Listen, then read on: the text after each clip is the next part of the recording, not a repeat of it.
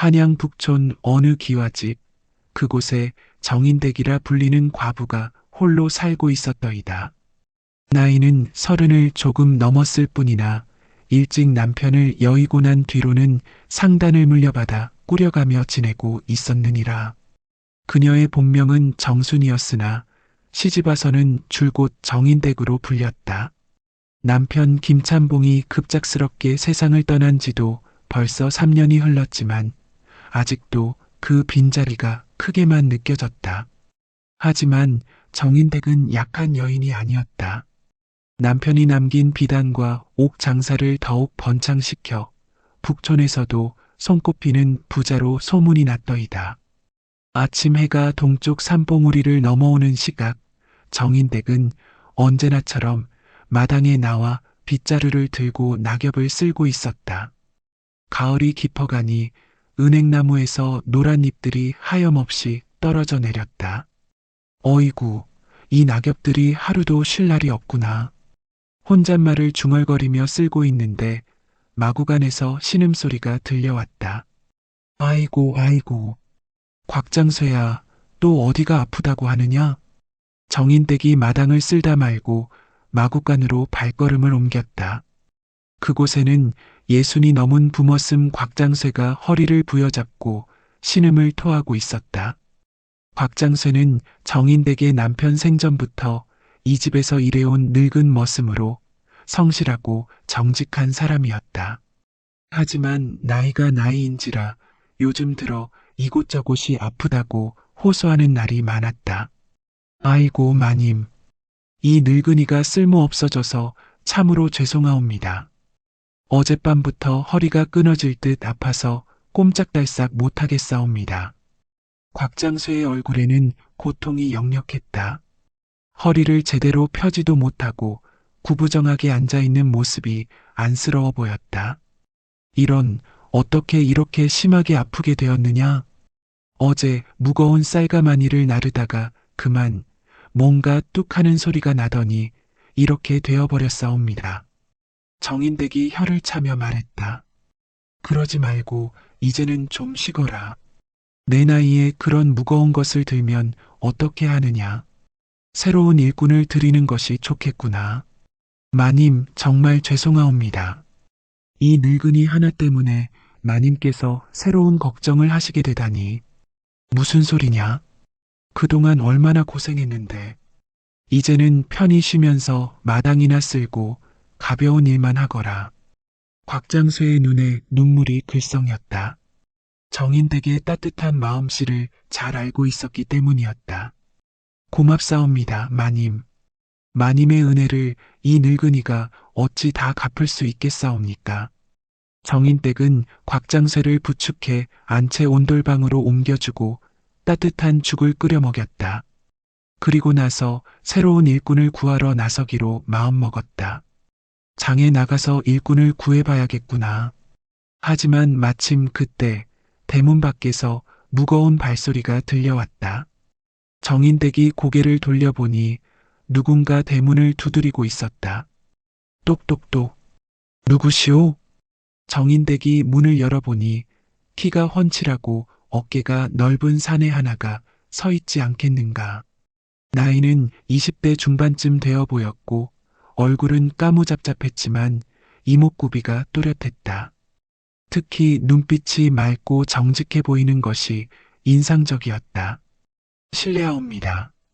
지나가다가 이 댁에서 일꾼을 구한다는 소식을 들었사온데 혹시 저 같은 자라도 쓰실 수 있겠사옵니까? 사내의 목소리는 낮고 굵직했다. 말투도 정중하고 예의 바른 것이 어디서 제대로 교육을 받고 자란 듯했다. 어디서 왔느냐? 그리고 누구에게서 그런 소식을 들었느냐? 멀리 경상도에서 왔사옵니다. 길에서 만난 아전이 이 댁에서 부지런한 일꾼을 찾고 계신다고 하더이다. 이름은 창복이라고 하옵니다. 정인댁은 창복이를 위아래로 자세히 훑어보았다. 키는 8자는 좋게 넘어 보이고 어깨는 넓적하며 팔다리도 길고 탄탄해 보였다. 손을 보니 거칠고 굳은 살이 박여 있어 일을 많이 해본 듯했고 전체적인 인상이 성실하고 우직해 보였다. 일은 잘하느냐? 어떤 일을 해봤느냐? 예, 마님. 농사는 물론이고 나르는 일, 짓는 일, 무엇이든 못할 일이 없사옵니다. 경상도에서는 큰 상단에서 물건을 나르고 관리하는 일을 했었사옵니다. 창보기의 대답은 간결하고 명확했다. 거짓말하는 기색도 없어 보이고 눈빛도 맑았다. 그렇다면 가족은 어디에 있느냐? 혼자서 이렇게 먼 길을 온 까닭이 무엇이냐? 창보기의 표정이 잠시 어두워졌다. 그리고 조용히 대답했다. 가족들은 모두 세상을 떠났사옵니다. 작년 큰 병이 돌아서 그래서 혼자 떠돌다가 이곳까지 오게 되었사옵니다. 정인댁의 마음이 측은해졌다. 자신도 남편을 여의고 홀로 지내는 처지라 그 외로움을 잘 알고 있었기 때문이다. 아이고, 그렇구나. 참 안 됐구나. 괜찮사옵니다, 마님. 이미 받아들인 일이라. 창보기는 담담하게 말했지만 그 속에 깊은 슬픔이 숨어 있는 것 같았다. 정인댁이 잠시 망설이다가 말했다. 그렇다면 우선 며칠 일해보거라. 성실하게만 한다면 계속 두겠노라. 하지만 게으름을 피우거나 거짓말을 한다면 당장 내보낼 것이니 그리 알아라. 창보기의 얼굴에 안도의 표정이 스쳤다. 고맙사옵니다, 마님. 이 은혜를 평생 잊지 않겠사옵니다. 큰 은혜랄 것도 없다. 서로 필요한 것을 주고받는 것뿐이니까. 곽장쇠, 이리 나와서 새로운 일꾼을 맞이하거라. 곽장쇠가 비틀거리며 나왔다. 창보기를 보자 안도의 한숨을 쉬었다. 아이고, 참 든든해 보이는 젊은이로구먼. 고맙습니다, 마님. 이제 이 늙은이가 좀 쉴 수 있겠구려. 곽장쇠 창보기에게 일하는 방법과 이 집 규칙을 가르쳐 주거라. 그리고 마구간 옆 방을 깨끗이 치우고 이부자리를 깔아주고. 알겠사옵니다, 마님. 이렇게 해서 창보기는 정인댁의 집 머슴이 되었더이다. 창보기는 그날부터 부지런히 일했다. 새벽 첫 딸기 울기도 전에 일어나 마당을 깨끗이 쓸고 우물에서 물을 길어와 항아리를 가득 채웠다. 무거운 쌀가마니나 옥상자들도 혼자서 척척 나르니 곽장쇠가 혀를 내둘렀다. 아이고, 저 젊은이 힘이 얼마나 센지 내가 둘이 들어야 하는 것을 혼자서 들고 다니니. 정인댁도 창보기의 일하는 모습을 보며 만족해했다. 말수는 적었지만 시키는 일은 빠뜨림 없이 해냈고 게으름을 피우는 법도 없었다. 무엇보다 정직해 보이는 것이 마음에 들었다. 며칠이 지나자 창보기는 집안일뿐만 아니라 상단일에도 손을 댔다. 정인댁이 옥을 골라내고 값을 매기는 일을 도왔고 손님들이 왔을 때 차를 대접하고 물건을 나르는 일도 했다. 창보가 내가 와서 정말 다행이구나.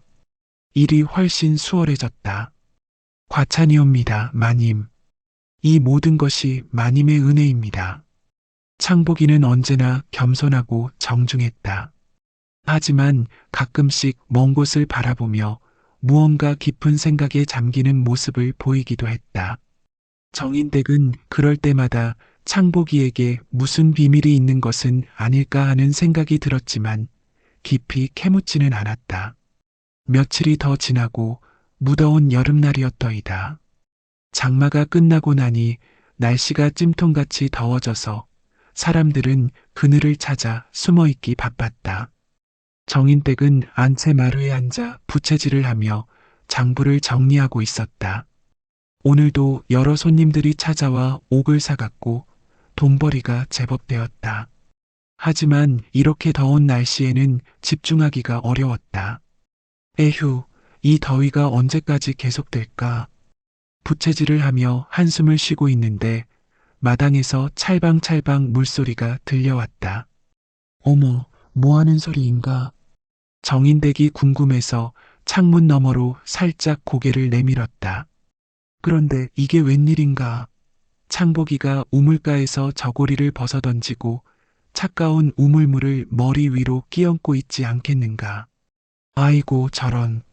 정인댁의 얼굴이 순간 붉어졌다. 창복이의 등과 어깨는 구릿빛으로 그을렸고 찬물이 흘러내리며 탄탄한 근육의 굴곡을 선명하게 드러내고 있었던 것이다. 넓은 어깨에서 시작해서 허리로 이어지는 선이 마치 조각상 같았고 물방울들이 등을 타고 흘러내리는 모습이 왠지 모르게 아찔했다. 내가 이게 무슨 짓인가. 정인댁은 황급히 고개를 돌리려 했지만 자꾸만 눈길이 그쪽으로 향했다. 남편이 죽고 난 뒤로 몇 년을 혼자 살아오며 깊이 묻어둔 여자로서의 감정들이 가슴 깊은 곳에서 꿈틀거리기 시작했더이다. 창복이는 물을 여러 번 끼얹고 나서 저고리를 다시 걸쳤다. 젖은 머리카락이 이마에 달라붙어 더욱 남성적으로 보였다. 그리고 우물가를 깨끗이 정리하고는 다른 일을 하러 갔다. 정인댁은 한참 동안 그 자리에 멍하니 앉아 있었다. 가슴이 두근거리고 얼굴이 화끈거렸다. 부채질을 해도 더위가 가시지 않았다. 정인댁, 정신 차려라. 너는 과부의 몸이거늘 이런 생각을 해서야 되겠느냐. 하지만 스스로를 다그쳐봐도 마음은 쉽게 진정되지 않았다. 창복이의 근육진 등허리가 자꾸만 눈앞에 어른거렸고 물방울이 흘러내리는 모습이 머릿속에서 떠나지 않았다. 그 이후로 정인댁은 자꾸만 창복이의 모습에 눈길이 갔다. 일하는 모습을 보면 든든해 보이고 무거운 것을 나를 때 팔뚝에 힘이 들어가는 것을 보면 왠지 모르게 가슴이 뛰었다. 말을 할 때는 낮은 목소리가 귀에 감기고 웃을 때는 하얀 이가 드러나는 것이 멋져 보였다. 어느 날 저녁 창복이가 늦게까지 마당에서 일하고 있었다. 정인댁이 차 한 잔을 들고 나갔다. 창복아, 이렇게 늦게까지 일하지 말고 이것이나 마시거라. 고맙사옵니다, 마님. 창복이가 차를 받아 마셨다. 목이 말랐던지 단숨에 들이켰다. 그 모습을 보니 왠지 기특하고 안쓰러웠다. 너무 무리하지 마라. 몸이 상하면 안 되니까. 괜찮사옵니다, 마님. 이 정도는 그래도 조심해야지. 몸이 자본 아니냐. 정인댁의 목소리에는 따뜻한 배려가 담겨 있었다. 창복이가 고개를 들어 정인댁을 바라보았다. 그 순간 둘의 시선이 마주쳤고 정인댁의 가슴이 다시 두근거렸다. 마님, 그렇게 챙겨주시니 고맙사옵니다. 당연한 일이다. 우리 집 사람인데. 우리 집 사람이라는 말을 하면서 정인댁 스스로도 놀랐다. 언제부터 창복이를 그렇게 생각하게 된 것일까? 그날 밤 정인댁은 잠을 이루지 못했다. 자꾸만 창복이의 눈빛이 떠올랐고 가슴 한편이 뜨거워졌다. 이런 마음이 혹시 다른 사람들에게 들킬까봐 걱정도 되었다. 이런 마음을 가져도 되는 것일까? 나는 과부의 몸인데, 하지만 마음이란 것이 자신의 뜻대로 되는 것은 아니었다. 날이 갈수록 창복이에 대한 관심과 애정이 커져만 갔다. 다음 날 정인댁은 일찍 일어나 창복이를 위해 특별히 정성스러운 아침상을 차렸다. 흰쌀밥에 나물 반찬, 그리고 직접 담근 김치까지. 창복아, 아침 드시거라. 이렇게 좋은 음식을 죄송하옵니다. 무슨 말이냐? 열심히 일하는데 잘 먹어야지. 창복이가 맛있게 먹는 모습을 보며 정인댁은 흐뭇해했다. 이런 작은 일상의 행복이 소중하게 느껴졌다. 마님이 해주시는 음식이 세상에서 제일 맛있습니다. 창복이의 진심 어린 칭찬에 정인댁의 얼굴이 환해졌다. 그렇게 말해주니 고맙구나. 앞으로도 맛있게 해주마. 고맙사옵니다. 이런 일상이 계속되면서 두 사람 사이에는 은근한 정이 흘렀다. 말로 표현하지는 않았지만 서로를 향한 마음이 조금씩 커져가고 있었더이다. 어느 날 오후 정인댁이 마루에서 바느질을 하고 있는데 창복이가 다가왔다. 마님, 실례되지 않는다면 하나 여쭙고 싶은 것이 있사옵니다. 무엇이냐? 마님께서는 외롭지 않으십니까? 정인댁의 손이 멈췄다. 예상치 못한 질문이었다. 외롭다니? 혼자 지내시는 것이 힘들지 않으신가 해서요. 정인댁이 바늘을 내려놓고 창복이를 바라보았다. 그의 눈빛에는 진심 어린 걱정이 담겨 있었다. 외롭긴 하지, 하지만 어쩔 수 없는 일이니까. 저도 외롭습니다. 창복이의 목소리에는 쓸쓸함이 배어 있었다. 그렇겠구나. 혼자 먼 길을 와서. 하지만 이곳에 와서는 조금 덜 외로워졌습니다. 정인댁의 가슴이 뛰었다. 창복이의 말에 담긴 의미를 알 것 같았기 때문이다. 나도 내가 와서 집이 훨씬 활기차진 것 같다. 두 사람이 서로를 바라보았다. 말로는 표현하지 않았지만 서로의 마음을 조금씩 알아가고 있었다. 한 달이 더 지나고 어느덧 가을이 깊어갔다. 단풍이 붉게 물들고 국화향이 바람에 실려오는 계절이었다. 정인댁의 마음은 점점 더 창복이에게 기울어져 갔고 창복이 역시 정인댁을 바라보는 눈빛이 전과는 달랐다. 둘 사이에는 미묘한 긴장감이 흘렀다. 우연히 손이 스치기라도 하면 서로 움찔하며 얼굴을 붉혔고 시선이 마주치면 어색하게 고개를 돌렸다. 하지만 그런 순간들이 오히려 두 사람의 마음을 더욱 가깝게 만들고 있었다. 어느 가을 저녁, 달이 유난히 밝은 밤이었다. 정인댁이 혼자 술을 마시며 남편을 그리워하고 있었는데 문득 창복이가 생각났다. 요즘 들어 남편보다도 창복이를 더 자주 떠올리게 되는 자신이 신기하면서도 두려웠다. 이러다가 큰일 나는 것 아닐까. 하지만 이미 기운 마음을 되돌리기에는 너무 늦었다. 술이 돌아서인지 용기가 생긴 정인댁이 창복이를 불러 앉혔다. 창복아, 이리 와서 앉거라. 마님, 제가 어찌 감히. 괜찮다. 오늘은 좀 다른 이야기를 하고 싶구나. 창복이가 조심스럽게 마루에 올라앉았다. 정인댁이 술잔을 하나 더 꺼내어 술을 따라 주었다. 마님, 오늘만은 마님 머슴하지 말고 그냥 사람과 사람으로 이야기하자. 정인댁의 목소리에는 평소와 다른 떨림이 있었다. 창복이도 그것을 느꼈는지 조심스럽게 술잔을 받았다. 마님께서 왜 갑자기. 너도 알다시피 나는 일찍 남편을 여의었다. 벌써 3년이 흘렀지만 아직도 그 빈자리가 크기만 하다. 정인댁이 술잔을 기울이며 말했다. 그 마음 조금은 알 것 같습니다. 너도 가족을 잃었으니 알겠구나. 술이 몇 잔 오가면서 둘 사이의 거리가 조금씩 가까워졌다. 달빛이 마루 위로 은은하게 스며들어 두 사람의 얼굴을 비추고 있었다. 창복아, 내가 혼자 사는 게 벌써 몇 년인지 아느냐? 예, 3년이라고 하셨습니다.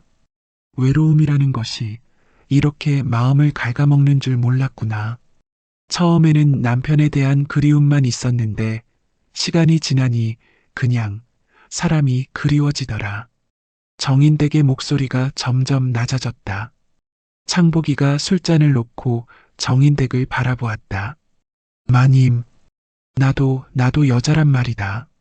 사람의 온기가 그리워지고 누군가와 마음을 나누고 싶어지고. 정인댁의 목소리가 떨렸다. 창복이의 눈빛도 흔들리고 있었다. 마님, 저도 마님을 보면 마음이 이상해집니다. 어떻게 이상해지는데? 가슴이 두근거리고 자꾸 생각이 나고 밤에 잠도 잘 안 옵니다. 창복이의 솔직한 고백에 정인댁의 얼굴이 붉어졌다.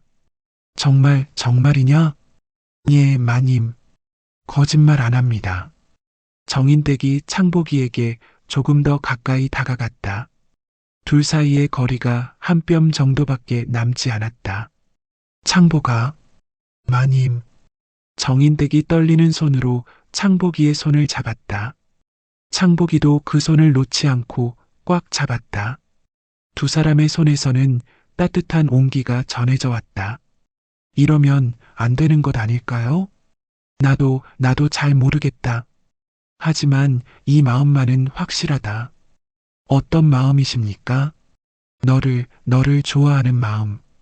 정인댁의 고백에 창복이의 눈빛이 더욱 진해졌다. 저도 마님을 사랑합니다. 그 순간 둘 사이의 거리가 더욱 좁혀졌다. 정인댁의 얼굴에 달빛이 비치고 창복이의 눈에는 깊은 애정이 담겨 있었다. 창복아, 마님. 둘은 천천히 조심스럽게 서로에게 다가갔다. 그리고 마침내 입술이 맞닿았다. 부드럽고 따뜻한 키스였다. 잠시 후 입술을 떼고 서로를 바라보던 두 사람은 더 이상 망설이지 않았다. 정인댁이 창복이의 손을 잡고 안채로 들어갔다. 정말 괜찮으십니까? 이미 마음은 정해졌다. 정인댁의 방에는 은은한 촛불이 켜져 있었다. 두 사람은 서로를 바라보며 천천히 다가갔다. 오랜 외로움과 그리움이 하나로 녹아들며 서로의 체온을 느꼈다. 그날 밤은 뜨겁고 달아올랐더이다. 정인댁과 창복이는 서로의 품에서 오랜 외로움을 달래며 진정한 사랑의 의미를 깨달았다. 촛불이 깜빡이는 방 안에서 두 사람의 그림자가 하나가 되어 춤을 추었고 달빛이 창문을 통해 스며들어 그들을 축복하는 듯했다. 새벽이 밝아올 때까지 두 사람은 서로의 온기 속에서 행복한 시간을 보냈다. 말로는 표현할 수 없는 깊은 감정들이 오갔고 서로에 대한 사랑을 확인했다. 이튿날 아침 정인댁과 창복이는 서로 어색해했다. 하지만 그 속에는 전에 없던 따뜻함이 흘렀고 둘 다 그것을 느끼고 있었더이다. 마님, 어젯밤 일은 후회하지 않는다. 창복아. 나도 내 마음에 솔직했을 뿐이다. 저도 후회하지 않습니다. 하지만 이 관계가 어떻게 될지. 정인댁이 창복이의 손을 잡았다. 걱정 마라. 하늘이 맺어준 인연이라면 길이 있을 것이다. 하지만 둘 다 마음 한편으로는 불안했다. 신분의 차이도 있고 세상 사람들의 시선도 걱정되었다. 그러나 서로에 대한 사랑만은 확실했다. 그 이후로 며칠간 두 사람은 서로 조심스럽게 대했다. 남들 앞에서는 예전과 같이 주인과 머슴의 관계를 유지했지만 혼자 있을 때는 연인처럼 다정했다. 작은 대화 하나하나가 소중했고 잠깐의 스킨십도 가슴을 뛰게 만들었다. 며칠이 지난 어느 날 밤 정인댁은 안채에서 장부를 정리하고 있었다. 오늘도 여러 상인들이 찾아와 좋은 값에 옥을 사갔고 수입이 제법 되었다. 창복이는 곽장새와 함께 마구간에서 쉬고 있었다. 밖에서는 가을바람이 나뭇잎을 흔들고 달빛이 마당을 은은하게 비추고 있었다. 평화로운 밤이었다. 그런데 갑자기 대문을 쾅쾅 두드리는 소리가 들렸다. 문 열어라. 빨리 문 열어라. 거친 목소리들이 마당을 가득 채웠다. 정인댁이 깜짝 놀라 일어섰다. 이 밤중에 누가 이렇게 거칠게 문을 두드리는 것일까? 누구냐? 정인댁이 떨리는 목소리로 물었지만 대답 대신 더 큰 소리로 문을 두드렸다. 쾅! 쾅! 쾅! 그러더니 결국 대문이 부서지는 소리와 함께 검은 복면을 한 사내들 대여섯 명이 들이닥쳤다. 야! 정인댁이 비명을 질렀다. 사내들은 모두 칼을 차고 있었고 눈빛이 험악했다. 누구냐? 여기가 어딘 줄 알고. 닥치고 가만히 있어라. 사내들 중 우두머리로 보이는 자가 정인댁을 밀쳤다. 정인댁이 비틀거리며 넘어질 뻔했다. 도둑이구나. 도둑. 정인댁이 소리쳤지만 사내들은 아랑곳하지 않았다. 곧바로 집 안으로 들어가더니 정인댁이 보관하고 있던 옷과 재물들을 훔치기 시작했다. 안 돼. 그건 내 남편이 평생 모은. 닥쳐. 한마디 더 하면 죽는다. 사내 하나가 칼을 빼들며 위협했다. 정인댁은 무서워서 말을 잇지 못했다. 그들은 체계적으로 움직였다. 옥이 보관된 장소를 정확히 알고 있는 듯했고 귀중한 것들만 골라서 훔쳐갔다. 마치 미리 계획을 세워온 것 같았다. 여기 있던 비단도 모두 가져가라. 이 금비녀도 갓나갈 것 같은데? 그것도 챙겨라. 정인댁의 평생 재산이 순식간에 사라져갔다. 남편이 힘들게 모은 것들, 자신이 상단을 운영하며 쌓은 것들이 모두 도둑들의 손에 넘어가고 있었다. 제발, 제발 그만두어라. 그 돈으로 먹고 살아야 한다. 정인댁이 울며 매달렸지만 소용없었다. 시끄러워. 가진 것 많으면 좀 나눠 써야지. 사내 하나가 정인댁을 발로 찼다. 정인댁이 바닥에 쓰러졌다. 바로 그 순간이었다. 잠깐, 마구간에서 창보기가 나타났다. 하지만 정인댁이 예상한 것과는 달랐다. 창보기가 강도들을 막는 것이 아니라 그들과 무언가 이야기를 나누고 있지 않겠는가. 야, 창보기. 내가 왜 여기에 있어? 강도 우두머리가 창보기를 보고 반가워하며 말했다. 형님들, 이건 좀 그렇지 않습니까? 창보기의 목소리에는 당황과 갈등이 섞여 있었다. 무슨 소리야? 계획대로 하는 거 아니었나? 내가 미리 알아봐 준 곳이잖아. 그렇긴 하지만 정인댁은 그 대화를 듣고 머리가 하얗게 변했다. 창보기가 이들과 한패라는 말인가? 미리 집안 사정을 알아봐 줬다는 말인가? 창보가 이게 무슨? 정인댁의 목소리가 떨렸다. 믿을 수 없었다.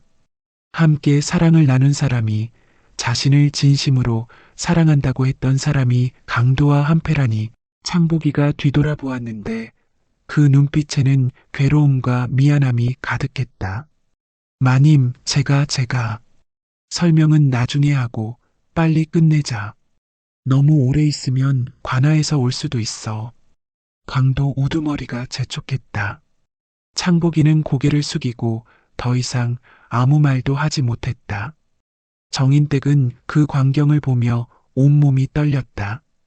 분노와 절망, 그리고 배신감이 가슴을 찢는 듯했다. 처음부터 다 계획이었구나. 나를 이용해서 내 재산을 알아본 다음에, 내가 얼마나 바보였는지. 강도들은 집안의 귀중한 것들을 거의 다 훔쳐갔다. 옥, 비단, 금은보화는 물론이고 심지어 쌀까지 가져갔다. 정인댁이 평생 모은 재산이 한순간에 사라졌다. 자, 이제 갈까? 그런데 이 여자는 어떻게 하지? 혹시 관아에 신고하면? 걱정 마. 증거도 없고 누가 믿겠어. 강도들이 비웃으며 떠나려 했다. 정인댁은 바닥에 주저앉아 멍하니 바라볼 뿐이었다. 창보가. 정인댁이 마지막으로 창보기를 불렀다. 창보기가 고개를 돌렸다. 왜 나에게 이런 짓을. 마님, 정말 죄송합니다. 창보기의 목소리도 떨리고 있었다. 하지만 이미 일은 벌어진 후였다. 강도들이 떠나고 난 뒤 정인댁은 한참 동안 그 자리에 주저앉아 있었다. 머릿속이 하얗게 변하고 현실감이 없었다. 이게 꿈인가? 악몽인가? 하지만 어수선해진 집안을 보니 모든 것이 현실이었다. 옥을 보관하던 상자들은 모두 비어 있었고 비단들도 사라졌다. 심지어 생활에 필요한 쌀과 돈까지 모두 없어졌다. 곽장쇠가 비틀거리며 나왔다. 마님, 무슨 일입니까? 이 소란이. 곽장쇠는 어수선해진 집안을 보고 깜짝 놀랐다. 도둑이 들었다. 이런, 그럼 창보기는 어디에? 바로 그때 창복이가 다가왔다. 정인댁이 그를 보자 분노가 치밀어 올랐다. 가까이 오지 마라. 마님, 말씀드릴 게 있사옵니다. 무슨 말을 더 하겠다는 거냐? 이미 다 봤다. 정인댁이 소리쳤다.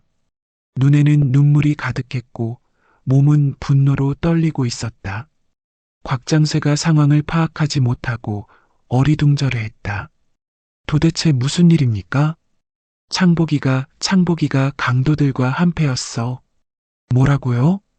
곽장쇠가 믿을 수 없다는 표정으로 창복이를 바라보았다. 마님, 제가 설명?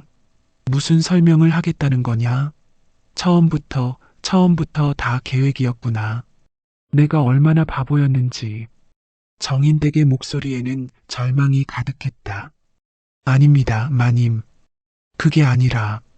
그때 밖에서 또 다른 소동이 벌어졌다. 강도들이 완전히 떠난 것이 아니었다. 그들 중 일부가 창복이를 의심하고 있었던 것이다. 창복이, 이 자식, 어디 있어? 저놈이 우리를 배신했다. 찾아서 죽여버려. 칼을 든 강도 서너시 다시 들이닥쳤다.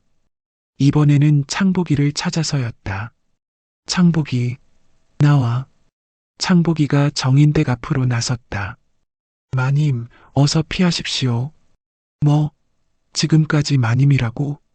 강도 하나가 비웃었다. 역시 이 자식이 배신했구나. 여자에게 빠져서 우리를 팔아먹으려 했어. 죽여버려. 강도들이 칼을 빼들고 창복이에게 달려들었다. 창복이는 맨손으로 그들과 맞섰다. 마님, 어서 피하십시오. 창복이가 몸으로 정인댁을 가리며 강도들과 싸우기 시작했다. 하지만 상대가 너무 많고 그들은 모두 무기를 들고 있었다. 창, 칼과 칼이 부딪히는 소리가 마당에 울려 퍼졌다. 창복이는 필사적으로 저항했지만 역부족이었다. 으아! 창복이가 칼에 찔렸다. 옆구리에서 피가 흘러나왔다. 창복아! 정인댁이 무의식적으로 소리쳤다. 분노와 배신감이 있었지만 창복이가 자신을 지키려고 피를 흘리는 모습을 보니 마음이 찢어질 것 같았다.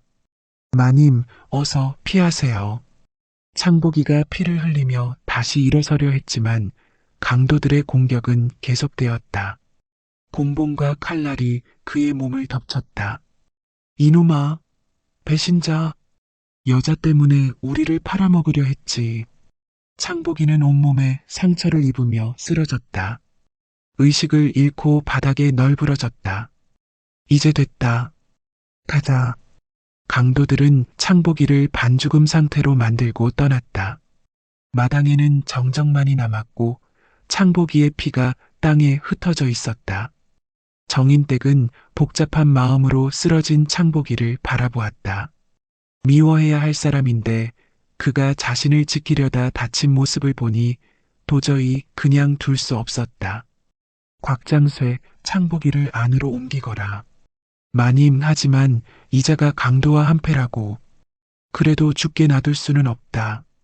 정인댁과 곽장쇠가 창복이를 부축해서 집 안으로 옮겼다. 상처가 너무 심했다. 옆구리의 칼 상처에서는 계속 피가 나고 있었고 머리와 팔, 다리 곳곳에 상처가 있었다. 정인댁은 복잡한 마음으로 창복이의 상처를 치료하기 시작했다. 깨끗한 천으로 피를 닦아내고 약초를 달여서 상처에 발라주었다. 밤새도록 간병했다. 왜 내가 이런 짓을 하고 있는 걸까? 분명히 미워해야 할 사람인데 손은 저절로 그의 상처를 돌보고 있었다. 창복이가 자신을 지키려다 다친 모습이 머릿속에서 떠나지 않았다. 이틀째 되는 날 창복이가 깨어났다. 마님, 깨어났구나. 정인댁의 목소리는 차갑고 쓸쓸했다. 창복이가 몸을 일으키려다가 고통스러워했다. 아직 움직이면 안 된다. 상처가 다시 벌어진다. 마님, 왜 저를 돌봐주십니까? 나도 잘 모르겠다. 정인댁이 솔직하게 대답했다. 마님, 제가 설명은 듣고 싶지 않다. 하지만 내가 강도들과 한패인 것도 날 속인 것도 다 봤다. 더 이상 무슨 말이 필요하냐?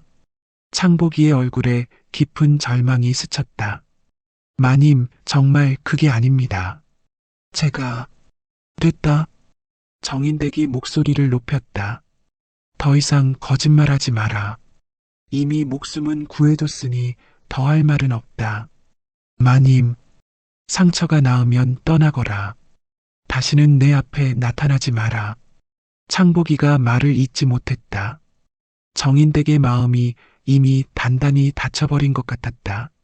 사흘을 더 간병한 끝에 창복이의 상처는 어느 정도 나았다. 일어나서 걸을 수는 있을 정도가 되었다. 이제 떠날 수 있겠느냐? 마님, 정말 한 번만 더 기회를. 안 된다. 정인댁의 목소리는 단호했다. 알겠사옵니다. 창복이가 비틀거리며 일어났다. 아직 상처가 완전히 낫지 않아서 걸음걸이가 불편했다. 마님, 언젠가는 제가 진심이었다는 걸 보여드리겠습니다. 그런 날은 오지 않을 것이다. 창복이가 고개를 숙이며 집을 나섰다. 정인댁은 그 뒷모습을 보며 눈물을 참았다. 전 재산을 잃고 사랑했던 사람에게 배신당하고 이제 정말 혼자가 된 것이다. 창복이가 떠나고 난 뒤 정인댁은 집에 혼자 앉아 현실을 받아들여야 했다. 모든 재산이 사라졌고 이제 먹을 것도 살 곳도 마땅치 않았다. 곧 집마저 빼앗길 판이었다. 마님, 이제 어떻게 하시겠습니까? 박장쇠가 걱정스럽게 물었다. 모르겠다. 정말 모르겠다. 정인댁은 처음으로 절망에 빠졌다. 그로부터 보름이 지났다. 정인댁은 재산을 모두 잃고 결국 집마저 채권자들에게 빼앗겨 거리로 내몰렸다. 북촌의 화려한 기와집은 이제 남의 것이 되었고 정인댁은 입던 옷 한 벌과 약간의 동전만을 들고 거리를 헤매고 있었더이다. 이런 신세가 될 줄이야. 예전에는 비단 옷을 입고 고급스러운 음식을 먹었던 정인댁이었지만 이제는 낡은 옷을 입고 하루 한 끼조차 제대로 먹지 못하고 있었다. 곽장쇠는 고향으로 돌아갔고 정인댁은 정말로 혼자가 되었다. 가을비가 내리는 날 정인댁은 낡은 담벼락 밑에서 비를 피하며 울고 있었다. 화려했던 옷은 이제 낡고 더러워졌고 고운 피부는 거칠어졌다. 손톱도 깨어지고 머리카락도 윤기를 잃었다. 아, 정말 이게 내 운명인가? 눈물이 빗물과 함께 뺨을 타고 흘러내렸다. 먹을 것도 없고 잘 곳도 없었다. 이대로 가다가는 길거리에서 죽을 수도 있겠다는 생각이 들었다. 차라리 죽는 게 나을까 절망적인 생각이 머리를 스쳐갔다. 하지만 그래도 삶에 대한 의지를 완전히 놓을 수는 없었다. 그런데 갑자기 누군가가 다가오는 발소리가 들렸다. 마님. 정인댁이 고개를 들어보니 창복이가 서 있었다. 창복이도 많이 야위어 있었고 상처 자국이 아직도 남아 있었다. 왜 여기에? 마님께서 이런 신세가 되셨다는 소식을 들었사옵니다. 그래서 뭘 어쩌자는 것이냐? 비웃으러 왔느냐? 정인댁의 목소리에는 절망과 분노가 섞여 있었다. 하지만 창복이는 무릎을 꿇고 땅에 머리를 박았다. 마님, 제발 한 번만 더 기회를 주십시오. 제가 모든 걸 되돌려드리겠사옵니다. 무슨 소리냐? 이미 다 끝난 일 아니냐? 아닙니다. 끝나지 않았습니다. 제가 왜 그런 일에 연루되었는지 진짜 이유를 말씀드리겠사옵니다. 그리고 빼앗긴 것들을 모두 되찾아드리겠사옵니다. 창복이의 눈에는 진실한 간절함이 있었다. 정인댁은 한참을 바라보다가 말했다. 내가 왜 너를 다시 믿어야 하느냐? 한 번 속인 사람을 어떻게 다시 믿으라는 거냐? 믿지 마십시오. 다만 지켜봐 주십시오. 제가 진심인지 거짓인지를. 그래서 우선 비를 피할 곳부터 마련해 드리겠습니다. 그리고 따뜻한 음식도. 정인댁은 갈등했다. 이미 한 번 배신당했는데 또다시 속을 수는 없었다. 하지만 지금 그녀에게는 갈 곳도 의지할 곳도 없었다. 이 비를 맞고 있다가는 정말 병에 걸려 죽을 수도 있었다. 좋다 하지만 다시 속인다면 그때는 정말 끝이다. 나도 가만히 있지 않을 것이다. 창복이가 안도의 한숨을 쉬었다. 고맙사옵니다, 마님. 절대 후회시켜드리지 않겠습니다. 창복이는 정인댁을 자신이 임시로 머물던 초가로 데려갔다. 성박 외진 곳에 있는 초라한 오두막이었다. 기와집과는 비교도 안 되게 작고 낡았지만 그래도 비는 피할 수 있었다. 여기서 좀 쉬십시오. 제가 먹을 것을 구해오겠사옵니다. 창복이가 나간 사이 정인댁은 초가 안을 둘러보았다. 정말 초라한 곳이었다. 이부자리도 낡고 가구라고 해봐야 낡은 상 하나와 실엉 하나뿐이었다. 그래도 따뜻했고 비를 피할 수 있어서 그나마 다행이었다. 내가 이런 곳에서 살게 될 줄이야. 예전 같으면 이런 곳은 쳐다보지도 않았을 텐데 이제는 이곳조차 고마웠다. 한참 후 창복이가 돌아왔다. 따뜻한 죽과 나물 반찬을 가져왔다. 많지는 않지만 드세요. 정인댁은 며칠 만에 따뜻한 음식을 먹었다. 맛은 없었지만 그래도 목숨을 부지할 수 있었다. 고맙다. 천만의 말씀입니다. 창보가, 예, 마님. 내가 정말 강도였다면 왜 나를 지키려 했느냐? 그때 다 죽을 뻔했잖느냐? 창복이가 잠시 망설이다가 대답했다. 마님을 진심으로 사랑했기 때문입니다. 그럼 왜 처음부터 강도들과? 그건 내일 모든 걸 말씀드리겠사옵니다. 지금은 너무 피곤하신 것 같으니 쉬세요. 정인댁은 더 이상 묻지 않았다. 정말 피곤했고 오늘 하루만이라도 편히 쉬고 싶었다. 그 밤 두 사람은 초라한 초가에서 나란히 누워 있었다. 예전의 화려함은 없었지만 서로의 체온을 느끼며 조금의 위로를 얻었더이다. 마님, 춥지 않으십니까? 괜찮다. 이불을 더 덮으세요. 창복이가 자신의 이불을 정인댁에게 덮어주었다. 작은 배려였지만 정인댁의 마음이 조금 따뜻해졌다. 정말 이 사람이 나를 속인 것일까? 창복이의 행동을 보니 의심스러웠다.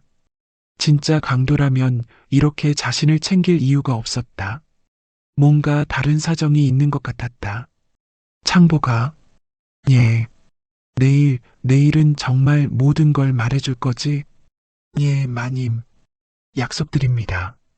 정인댁은 그 말을 믿기로 했다. 적어도 하룻밤은 편히 쉴 수 있을 것 같았다. 바깥에서는 여전히 비가 내리고 있었지만 초가 안은 따뜻했다. 두 사람은 서로의 존재를 느끼며 잠이 들었다. 다음 날 아침 창복이가 정인댁에게 모든 것을 털어놓았다. 두 사람은 초가 앞마당에 앉아 따뜻한 차를 마시며 이야기를 나눴다. 마님, 이제 정말로 모든 걸 말씀드리겠사옵니다. 그래라. 정인댁이 찬 목소리로 대답했다. 아직도 완전히 믿는 것은 아니었다. 사실 저는 처음부터 강도가 아니었사옵니다. 그럼 뭐였단 말이냐? 저는 좌포도청에서 일하는 관리였사옵니다. 정인댁이 깜짝 놀란 표정을 지었다. 좌포도청? 그럼 관리라는 말이냐? 예. 정확히는 금호랑이라는 직책이었사옵니다. 금호랑은 좌포도청에서 특수임무를 담당하는 관리였다. 주로 잠입수사나 비밀수사를 맡았다. 그럼 왜 강도들과? 한양 일대에서 부자들을 털어가는 강도떼가 있다는 신고를 받았사옵니다. 그런데 이들이 단순한 강도가 아니었습니다. 너무 체계적이고 정보도 정확했습니다. 배후에 큰 인물이 있다고 판단하고 저를 잠입시킨 것이었습니다. 창복이가 계속 설명했다. 저는 강도들 사이에 잠입해서 그들의 정보를 수집하고 있었습니다. 그런데 마님을 만나게 되었습니다. 창복이의 목소리가 부드러워졌다. 처음에는 정말 임무의 일환이었습니다. 강도들이 마님 댁을 다음 목표로 정했다고 해서 미리 정보를 수집하라고 했거든요. 정인 댁의 얼굴이 굳어졌다. 역시 처음부터 나를 이용하려고. 아닙니다. 그건 정말 아닙니다. 창복이가 급히 손을 저었다. 처음에는 그럴 생각이었습니다. 하지만 마님을 만나보니 마님이 얼마나 선량하고 외로운 분인지 알게 되었습니다. 그리고 진심으로 사랑하게 되었습니다. 창복이의 눈빛이 진실해 보였다. 그래서 갈등했습니다. 임무를 수행해야 하는 의무와 마님을 보호하고 싶은 마음 사이에서. 그럼 그날 밤은 제가 막으려 했습니다. 하지만 이미 계획이 진행되고 있어서 막을 수가 없었습니다. 그래서 적어도 마님을 다치게 하지는 않으려고. 정인댁이 복잡한 표정으로 창복이를 바라보았다. 그럼 내가 왜 그들과 친한 척 했던 것이냐? 제가 정체를 들키면 더 위험해질까 봐서였습니다. 그리고 실제로 그들이 저를 의심하기 시작했고, 그래서 나중에 저를 공격한 것입니다. 점점 상황이 이해되기 시작했다. 창복이가 정말 강도가 아니라면, 그렇다면 진짜 배우는 누구냐? 주진사입니다. 정인댁이 깜짝 놀랐다. 주진사는 명문가 출신으로 평소 정인댁과도 거래를 하던 인물이었다. 점잖고 신사적인 사람으로 알려져 있었는데 주진사가? 그럴 리가. 믿기 어려우시겠지만 사실입니다. 주진사는 겉으로는 선량한 양반인 척하지만 실제로는 조선 전역의 부자들을 털어 재물을 모으고 있었습니다. 창복이의 목소리에는 분노가 섞여 있었다. 그 돈으로 뭘 하려는 것이냐? 더 큰 권력을 차지하려는 것입니다. 돈으로 관직을 사고 더 높은 자리에 올라서려는 것이죠. 그러려면 엄청난 재물이 필요했고, 그래서 이런 짓을 한 것입니다. 정인댁은 충격을 받았다. 평소 신뢰했던 사람이 이런 일의 배우였다니. 그럼 내 재산을 되찾을 수 있다는 말이냐? 믿습니다. 하지만 매우 위험합니다. 창복이가 결연한 표정을 지었다. 주진사의 저택에는 비밀 창고가 있습니다. 그곳에는 마님의 것뿐만 아니라 조선 전역에서 훔쳐온 재물들이 쌓여 있습니다. 얼마나 많은 사람들이 피해를 당한 걸까? 셀 수 없이 많습니다. 하지만 이제 그 모든 것을 되찾을 때가 왔습니다. 창복이의 계획은 대담했다. 주진사의 창고를 습격해서 재물을 되찾고 동시에 그의 죄상을 밝혀내는 것이었다. 하지만 너 혼자서 어떻게 해? 혼자가 아닙니다. 무슨 말이냐? 좌포도청에서 이미 오랫동안 이 사건을 수사해 왔습니다. 충분한 증거가 모이면 일거에 체포할 계획이었는데 제가 정체가 발각되면서 계획에 차질이 생겼습니다. 그럼 이제는 다른 방법을 써야 합니다. 피해를 당한 사람들을 모두 모으는 것입니다. 창복이의 눈빛이 불타올랐다. 마님께서 피해를 당했듯이 조선 전역에 그런 사람들이 수없이 많습니다. 그들이 모두 힘을 합친다면 정인댁도 점점 이해하기 시작했다. 그렇구나. 혼자서는 할 수 없지만 모두가 힘을 합치면. 그렇습니다. 그리고 저에게는 주진사의 약점을 잡을 수 있는 방법이 있습니다. 어떤 방법이냐? 주진사가 정기적으로 강도들과 만나는 장소와 시간을 알고 있습니다. 그때를 노리는 것입니다. 정인댁의 마음에 희망이 싹트기 시작했다. 잃었던 것들을 되찾을 수 있다는 가능성이 보였다. 정말 가능할까? 각오는 했습니다. 마님께 진짜 사랑을 보여드리고 싶습니다. 그리고 이 모든 일을 바로잡고 싶습니다. 그날 밤 창복이는 혼자 주진사의 저택 근처로 향했다. 먼저 정찰을 하기 위해서였다. 달빛 아래 그림자처럼 움직이며 경비들을 피해 창고 위치를 확인했다. 주진사의 저택은 규모가 컸다. 본체 외에 여러 부속 건물들이 있었고 그 중 하나가 비밀 창고였다. 창고 주변에는 무장한 경비들이 서 있었다. 역시 쉽지 않겠구나. 하지만 창복이는 포기할 생각이 없었다.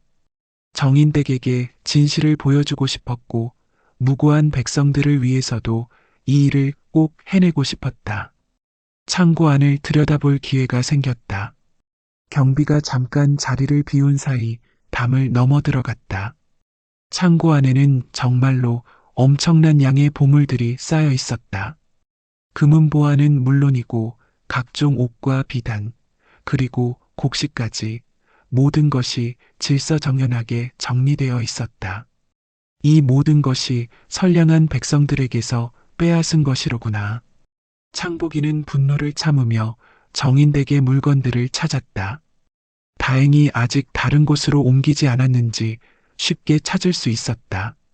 정인댁의 옥상자와 비단 보따리를 조심스럽게 꺼냈다.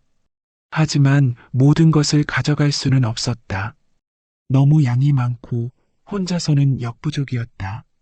일단 가장 중요한 옥들만 가져가기로 했다. 작지만 값나가는 것들로 선별해서 품에 숨겼다. 그런데 갑자기 발소리가 들렸다. 누구야? 경비가 돌아온 것이다.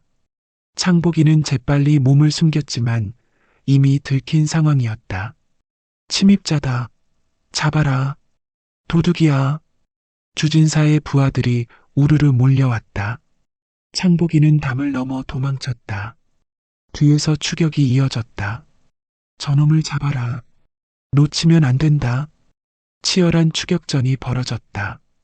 창복이는 지붕에서 지붕으로 뛰어다니며 필사적으로 도망쳤다. 몸에는 옥들이 들어있어서 움직임이 불편했지만 포기할 수 없었다. 마침내 추격을 따돌리고 초가로 돌아왔다. 새벽이 되어서야 도착했는데 옷은 찢어지고 온몸에는 상처가 났다. 창복아. 정인댁이 상처투성이가 된 창복이를 부축했다. 괜찮습니까? 이렇게 다쳐서. 마님, 이것을 받으십시오. 창복이가 품에서 옥들을 꺼냈다. 정인댁이 잃었던 그 옥들이었다. 정인댁은 눈물을 흘리며 그것을 받아들었다. 정말로 되찾아왔구나. 아직 일부입니다. 나머지도 반드시 되찾아드리겠습니다. 정인댁은 이제 창복이를 완전히 믿을 수 있었다. 목숨을 걸고 자신의 재산을 되찾아온 것을 보니 그의 진심을 알 수 있었다. 고맙다, 정말 고맙다, 그리고 미안하다. 무엇을 미안해 하십니까? 너를 의심한 것, 믿지 못한 것. 창복이가 정인댁의 손을 잡았다. 당연한 일입니다. 저라도 그랬을 것입니다. 이제 정말 믿는다. 내가 나를 진심으로 사랑한다는 것을. 두 사람은 서로를 껴안았다. 오해와 갈등이 모두 풀렸고 진짜 사랑을 확인할 수 있었다. 창복이가 재물 일부를 되찾아온 것은 시작에 불과했다. 이제 주진사를 완전히 쓰러뜨리고 모든 피해자들의 재산을 되찾아야 했다. 마님, 이제 마지막 단계입니다. 무엇을 하려고 하느냐? 주진사에게 피해를 당한 모든 사람들을 모으는 것입니다. 창복이와 정인댁은 계획을 세웠다. 한양 곳곳은 물론이고 지방까지 주진사의 강도들에게 피해를 당한 사람들에게 소식을 전하는 것이었다. 먼저 정인댁이 직접 나서서 북촌 일대의 상인들을 만났다. 평소 알고 지내던 사람들이라 이야기가 통했다. 정인댁, 그런 일이 있었나? 내 집도 털렸는데 그게 주진사 짓이었다고? 그럼 우리가 당한 것도. 하나둘씩 비슷한 경험을 가진 사람들이 나타났다. 주진사의 강도들에게 피해를 당한 사람들이 생각보다 훨씬 많았다. 창복이는 좌포도청의 네트워크를 이용해서 지방에도 소식을 전했다. 경기도, 충청도, 경상도까지 주진사의 악행이 미친 범위는 상상을 초월했다. 며칠 뒤 놀라운 일이 벌어졌다. 한양으로 사람들이 몰려온 것이다. 수백 명의 사람들이 정인댁의 초가 앞에 모여들었다. 우리 가게를 털어간 것도 주진사 짓이었소? 내 농사짓는 미천을 빼앗긴 것도 그자 때문이었구먼. 그놈 때문에 우리 식구들이 굶주렸다. 그놈을 잡아야겠소. 백성들의 분노가 하늘을 찔렀다. 모든 사람들이 주진사에게 피해를 당한 경험이 있었다. 어떤 사람은 평생 모은 돈을 잃었고, 어떤 사람은 장사할 미천을 빼앗겼다. 심지어 먹을 쌀까지 털린 사람도 있었다. 정인댁이 나서서 말했다. 여러분, 우리가 힘을 합치면 주진사 같은 악인도 처벌할 수 있습니다. 그렇소. 함께 싸웁시다. 우리가 뭉치면 못할 일이 없소. 창복이가 구체적인 계획을 설명했다. 주진사는 이틀 후 밤에 강도들과 비밀 회의를 합니다. 그곳에는 훔친 재물들을 나누는 장부와 앞으로의 계획이 모두 있을 것입니다. 그럼 그때를 노리는 거요? 맞습니다. 하지만 우리만으로는 부족합니다. 관아의 도움이 필요합니다. 창복이는 좌포도청과 연락을 취했다. 그동안 수집한 증거들과 증인들이 있으니 이제 본격적으로 수사에 나설 때가 되었다는 것이었다. 좌포도청에서도 오랫동안 기다려온 기회입니다. 결정적 순간에 현장에서 잡는다면 완벽한 증거가 될 것입니다. 이틀 후 드디어 작전이 시작되었다. 해가 지고 달이 떠오르자 수백 명의 백성들이 횃불을 들고 주진사의 저택을 포위했다. 정인댁과 창복이가 앞장섰다. 멀리서 좌포도청의 관리들도 지켜보고 있었다. 적절한 타이밍에 개입할 준비를 하고 있었다. 주진사, 나와라. 정인댁이 큰 소리로 외쳤다. 내가 저지른 죄를 벌받을 때가 왔다. 주진사의 저택 안이 술렁거렸다. 이런 상황을 예상하지 못했던 것이다. 뭔 소리요? 이게 무슨 짓이오? 주진사가 부랴부랴 나왔다. 평소의 위세는 온데간데 없고 창백한 얼굴로 떨고 있었다. 무슨 짓이냐고? 내가 지금까지 저지른 일들을 되갚아주는 것이다. 나는 아무것도. 아직도 발뺌하느냐? 창복이가 앞으로 나섰다. 손에는 증거 서류들이 들려 있었다. 여기 모든 증거가 있다. 내가 강도들과 짜고 조선 전역의 백성들을 털어온 증거들이. 백성들이 웅성거렸다. 역시 그놈이 원흉이었구먼. 나쁜 놈. 벌을 받아야 해. 우리가 얼마나 고생했는데. 주진사는 더 이상 변명할 수 없었다. 증거가 너무나 명확했기 때문이다. 장부, 편지, 그리고 수많은 목격자들. 좋다, 내가 했다. 하지만 나 혼자만의 짓이 아니었다. 주진사가 마지막 발악을 했다. 더 큰 인물들이 뒤에 있었어. 나는 그저 실무를 담당한 것뿐이야. 하지만 백성들은 더 이상 듣지 않았다. 변명은 그만. 지금까지 우리가 당한 고통을 생각해봐. 바로 그때 좌포도청의 관리들이 나타났다. 주진사, 너를 체포한다. 죄명은 강도질 교사, 재물 탈취, 그리고 백성 기만 등이다. 주진사가 포박당했다. 그의 부하들과 강도들도 모두 잡혔다. 이제 훔친 재물들을 모두 원래 주인들에게 돌려줄 것이다. 창고 문이 열렸다. 그 안에는 정말로 엄청난 양의 보물들이 쌓여 있었다. 백성들은 자신들의 것을 찾아갔다. 아, 내 옥이 여기 있었구나. 우리 집 비단도 있어. 이 쌀은 우리가 빼앗긴 거야. 모든 사람이 잃었던 것들을 되찾았다. 눈물을 흘리는 사람도 있었고, 기뻐서 춤을 추는 사람도 있었다. 정인댁도 자신의 모든 재산을 되찾았다. 옷, 비단, 그리고 돈까지 모든 것이 그대로 남아 있었다. 창보가 정말로 모든 것을 되찾았구나. 다행입니다, 마님. 이제 정말 끝난 건가? 네, 끝났습니다. 주진사는 유배를 가게 될 것이고, 강도들도 모두 처벌받을 것입니다. 그날 밤, 한양 곳곳에서는 축제가 벌어졌다. 정의가 승리했고, 선량한 백성들이 승리한 날이었다.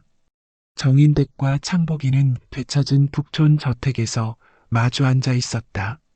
촛불이 은은하게 방을 밝히고 있었다. 창보가 이 모든 것이 꿈만 같구나. 저도 그렇습니다. 내가 없었다면 불가능한 일이었을 거야. 아닙니다. 마님의 용기와 모든 백성들의 힘이 있었기에 가능한 일이었습니다. 정인댁이 창복이의 손을 잡았다. 이제 정말로 믿어도 되는 것이지? 다시는 나를 떠나지 않을 것이지? 마님, 평생 곁에 있겠사옵니다. 다시는 떠나지 않겠습니다. 창복이의 목소리에는 진실한 맹세가 담겨 있었다. 그럼 이제 정말 우리가 될 수 있는 건가? 물론입니다. 이제는 아무도 우리를 막을 수 없습니다. 정인댁의 눈에 눈물이 글썽였다. 기쁨의 눈물이었다. 창보가 나는 너를 사랑한다. 저도 마님을 진심으로 사랑합니다. 그 순간 둘은 서로를 껴안았다. 오랜 시련과 오해를 뛰어넘어 진정한 사랑을 확인한 것이었다. 바깥에서는 축제의 소리가 들려왔다. 백성들이 정의가 승리한 것을 기뻐하며 밤늦게까지 축하하고 있었다. 하지만 정인댁과 창복이에게는 서로의 존재만으로도 충분했다. 마님, 왜 이제 정말 행복할 수 있겠습니까? 물론이다. 우리 함께라면 무엇이든 할 수 있을 것이다. 정인댁이 창복이를 더욱 꽉 안았다. 그동안의 모든 아픔과 슬픔이 사라지는 것 같았다. 창보가 오늘 밤은 예, 마님? 오늘 밤은 우리가 진짜로 하나가 되는 밤이다. 창복이의 얼굴이 붉어졌다. 정인댁의 의미를 알 수 있었다. 마님, 정말로. 그래. 이제는 아무것도 우리를 가로막을 수 없다. 촛불이 깜빡이는 방 안에서 두 사람은 천천히 서로에게 다가갔다. 이번에는 그 어떤 의심도 망설임도 없었다. 순수한 사랑만이 있을 뿐이었다. 그날 밤은 전보다 더욱 뜨겁고 달아올랐더이다. 정인댁과 창복이는 서로의 품에서 진정한 사랑의 완성을 이뤘다. 모든 오해가 풀리고 모든 시련을 이겨낸 후의 사랑은 그 어떤 것보다도 깊고 진실했다. 달빛이 창문을 통해 스며들어 두 사람을 축복하는 듯했다. 촛불의 그림자가 벽에 춤추며 두 사람의 행복한 모습을 비추고 있었다. 새벽이 밝아올 때까지 두 사람은 서로의 온기 속에서 행복한 시간을 보냈다. 말로는 표현할 수 없는 깊은 감정들이 오갔고 영원한 사랑을 맹세했다. 창보가 예, 마님. 앞으로도 계속 나와 함께 할 거지? 물론입니다. 평생 마님만을 모시겠습니다. 그럼 이제 정말 가족이 되는 건가? 창복이가 정인댁의 손에 입맞춤했다. 이미 가족입니다. 이렇게 해서 정인댁과 창복이의 기구한 인연은 행복한 결말을 맞게 되었더이다. 악한 주진사는 유배형에 처해져 멀리 귀양을 가게 되었고 그의 부하들과 강도들도 모두 엄중한 처벌을 받았다. 선량한 백성들은 빼앗긴 것을 모두 되찾았으며 두 사람의 사랑은 모든 시련을 이겨내고 영원히 이어지게 되었느니라. 그 후로 정인댁과 창복이는 정식으로 혼례를 올리고 함께 상단을 운영하며 행복하게 살았다. 창복이는 좌포도청을 그만두고 정인댁의 남편이 되어 평범하지만 행복한 생활을 시작했다. 두 사람은 자신들이 당한 고난을 잊지 않고 어려운 백성들을 돕는 일도 게을리 하지 않았다. 가난한 사람들에게는 무료로 쌀을 나눠주고 억울한 일을 당한 사람들의 편을 들어주기도 했다. 정인댁은 창복이와의 사이에서 아들 둘, 딸 하나를 낳아 기르며 더욱 행복한 나날을 보냈다. 아이들은 모두 부모의 선량한 성품을 닮아 착하게 자랐다.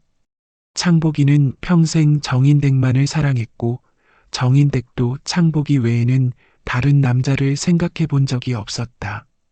두 사람의 사랑은 나이가 들어도 변하지 않았고 백발이 될 때까지 서로를 아끼며 살았다. 마을 사람들은 이 부부를 보며 진짜 사랑이란 저런 것이구나라고 감탄했다.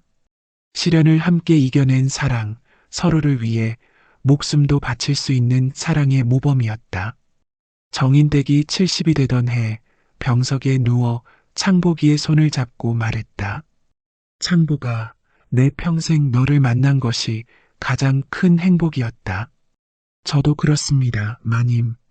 마님을 만나지 못했다면 제 인생은 의미가 없었을 것입니다. 다음 생에도 너를 만날 수 있을까? 반드시 다시 만날 것입니다. 정인댁이 평화롭게 눈을 감았고 창복이도 얼마 후 그녀의 뒤를 따랐다. 마을 사람들은 두 사람을 나란히 묻어주었고 무덤 앞에는 늘 꽃이 끊이지 않았다. 이야말로 참된 사랑은 시련을 이겨내고 정의는 반드시 승리한다는 교훈을 보여주는 아름다운 이야기가 아니겠는가. 오늘날까지도 사람들은 이 이야기를 전하며 진정한 사랑의 의미를 되새기고 있습니다. 야담 도깨비를 찾아주신 여러분 감사합니다. 오늘도 재밌는 이야기로 여러분을 즐겁게 해드리겠습니다. 그 전에 좋아요와 구독 버튼 꼭 부탁드립니다. 그럼 시작할게요. 옛날 한양 땅에 정대감이라 하는 분이 계셨으니 그는 임금님께서 두터이 신임하시는 영의정 직전의 재상이었더라. 정대감댁은 한양에서도 손꼽히는 명문가로 대문감부터 사랑채, 안채, 행랑채가 기와를 번듯이 이어 올린 큰 집이었느니라. 그 집 안채에 유리라 하는 여종이 있었으니 나이 20살에 키는 아담하되 자태가 단정하고 무엇보다 눈매가 맑기가 가을 하늘의 별빛 같아 보는 이로 하여금 저절로 마음이 정화되게 하는 처녀였더라. 유리는 부모도 없이 어려서부터 정대감댁에서 자라났는데 타고난 성품이 똑부러지고 성실하여 안채의 크고 작은 일들을 도맡아 하였느니라. 다른 여종들과는 달리 글을 읽을 줄 알았고 침묵 속에서도 조용한 기품이 풍겨 나와 종들 사이에서도 예사롭지 않은 인물로 여겨졌더라. 유리야, 오늘도 수고가 많구나. 정대감이 서재에서 나오시며 따스한 미소로 말씀하시니 유리는 깍듯이 절을 올리며 대답하였더라. 소녀의 본분이옵니다. 대감마님. 정대감은 유리를 보며 항상 마음 한편이 안타까우셨으니 이토록 총명하고 품성이 고든 처녀가 천한 신분으로 태어난 것이 애석하셨던 것이라. 허나 신분제가 엄격한 조선 땅에서는 아무리 뛰어난 재주가 있어도 태생의 한계를 넘기가 어려운 법이었더라. 한편 안방마님이신 정씨 부인께서는 유리를 곱지 않은 시선으로 바라보셨으니 종주제에 너무 똑똑하고 기품이 있어 마음에 들지 않으셨던 것이라. 여보셔, 그 계집애가 요즘 부쩍 건방져 보이지 않으시나이까? 무슨 말씀이시오? 유리는 예의 바르고 성실한 아이 아니겠소? 그것이 바로 문제라는 말이옵니다. 종은 종다워야 하는 법인데 저렇게 기품이 있으면 나중에 큰일 날 일이옵니다. 정대감께서는 부인의 말씀에 쓴웃음을 지으셨으나 더 이상 말씀하지는 않으셨더라. 집안의 화목을 위해서는 때로 침묵이 필요한 법이었으니라. 정대감의 외동딸 정세희 역시 어머니와 같은 마음이었느니라. 나이 18배 미모가 출중하였으나 성품이 오만하고 질투심이 강하여 유리가 눈에 거슬렸던 것이라. 어머님, 저 계집이 아버님께 너무 친근히 구는 것 같지 않으신가요? 그러게 말이다. 분수를 모르는 것 같아 마음에 들지 않는구나. 이렇듯 정대감댁의 하루하루는 겉으로는 평온해 보였으나 그 속에는 신분의 벽으로 인한 미묘한 갈등이 흐르고 있었느니라. 어느 봄날이었더라. 유리는 안방마님의 분부를 받아 약재상에 가서 당귀와 청궁을 사러 길을 나섰느니라. 종로 길을 걷다가 모퉁이를 돌아서는데 웬 노파 한 분이 길바닥에 쓰러져 있는 것이 아니겠는가. 어머님, 괜찮으신가요? 유리는 급히 달려가서 노파를 부축해 일으켰더라. 노파는 몸이 허약해 보였으나 눈빛만은 또렷하였느니라. 고맙구나, 젊은 아가씨야. 나이 들어 다리에 힘이 없어 길에서 넘어졌구나. 진정하시고 어디 다치신 곳은 없으신지요? 유리는 정성스레 노파의 옷을 털어드리고 품에서 수건을 꺼내어 노파의 이마에 맺힌 땀을 닦아드렸더라. 그 모습을 멀리서 지켜보던 한 사내가 있었으니 그는 노관상이라 불리는 떠돌이 관상가였더라. 노관상은 유리의 얼굴을 유심히 바라보더니 노파가 일어나자 천천히 다가왔느니라. 아가씨. 갑자기 들려온 목소리에 유리가 돌아보니 허름한 옷차림의 노인이 신기한 눈빛으로 자신을 바라보고 있었더라. 네, 할아버님. 잠깐만 이리 와보겠나. 유리는 조심스럽게 노관상 앞으로 다가갔느니라. 노관상은 유리의 얼굴을 한참 들여다보더니 깊은 한숨을 내쉬었더라. 이런 관상이 있다니. 무슨 말씀이신지요? 젊은 아가씨, 지금 신분이 어떻게 되시오? 유리는 당황하며 대답하였더라. 소녀는 정대감댁의 여종이옵니다. 노관상은 고개를 천천히 끄덕이더니 하늘을 우러러보며 말하였느니라. 진흙 속에 묻힌 진주로구나. 허나 때가 되면 물길이 트일 것이니 그때 봉황이 날아오리라. 죄송하지만 무슨 뜻인지 모르겠습니다. 아가씨의 이마에는 귀인의 기상이 서려 있고 눈에는 지혜의 빛이 깃들어 있어. 비록 지금은 천한 신분이나 훗날 조선 여인 중 가장 높은 자리에 오를 상이시오. 유리는 어리둥절하여 말문이 막혔더라. 노관상은 계속해서 말하였느니라. 다만 그 운명이 실현되려면 큰 시험이 있을 것이오. 지혜와 인덕으로 그 시험을 통과해야 하니 항상 마음을 바르게 가지시오. 할아버님, 정말 그런 일이 일어날까요? 하늘의 뜻은 정해져 있어. 다만 사람의 노력이 그 뜻을 이루는 것이지. 노관상은 이 말을 마치고는 호련히 사라져 버렸느니라. 유리는 한참을 그 자리에 서 있다가 꿈을 꾼 것 같은 기분으로 집으로 돌아왔더라. 물길이 트이면 봉황이 온다. 유리는 노관상의 말이 자꾸 귓가에 맴돌았으나 감히 누구에게 말할 수도 없었느니라.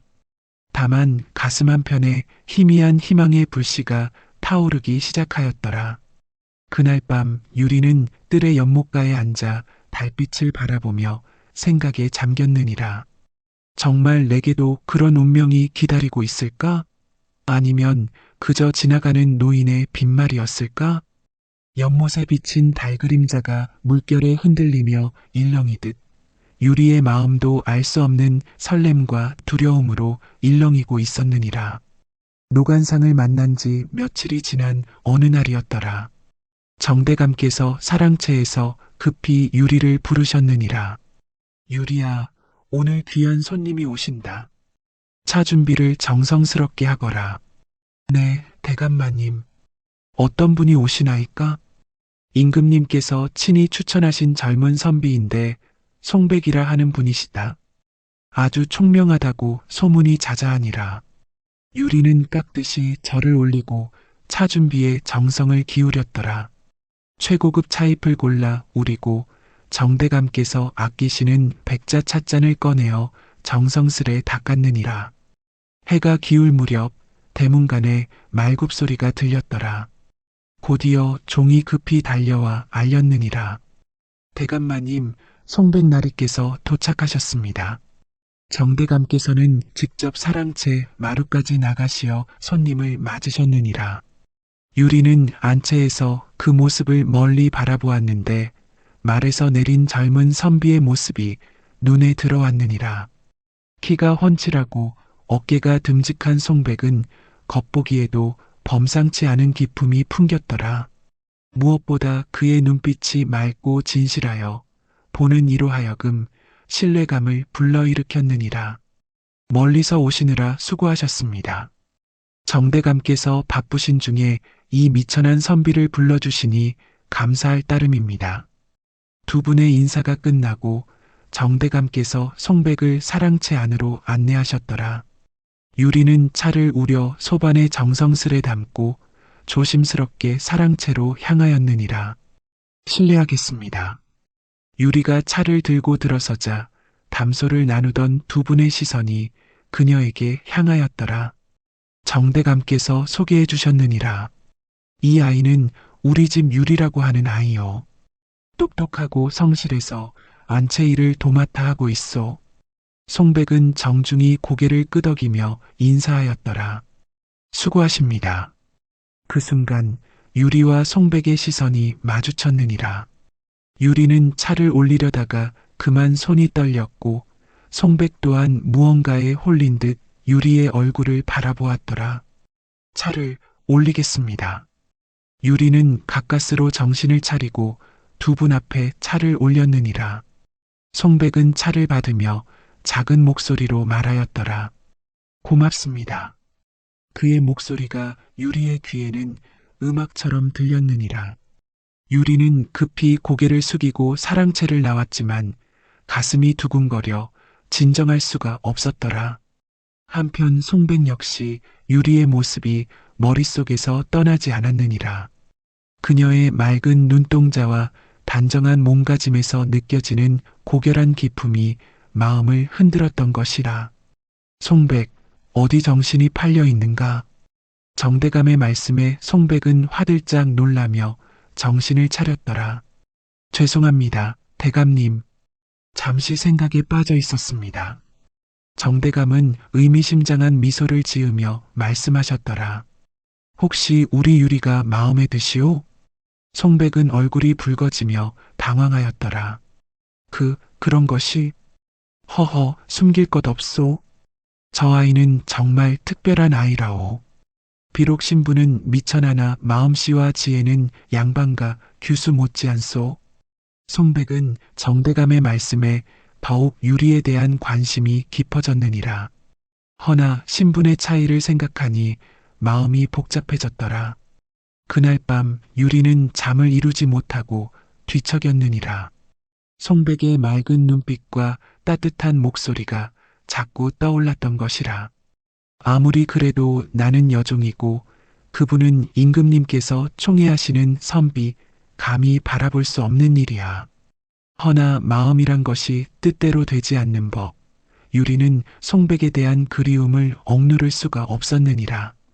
이튿날 아침 정대감께서는 송백에게 뜻밖의 제안을 하셨느니라. 송백, 그대의 그릇을 시험해 보고 싶소? 시험이라고 하시니 무엇을 하면 되겠습니까?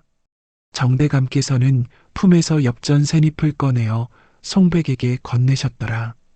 이 엽전 새잎으로 저 빈 방을 가득 채우시오. 송백은 어리둥절하였더라. 엽전 새잎으로 어떻게 방을 채울 수 있단 말인가?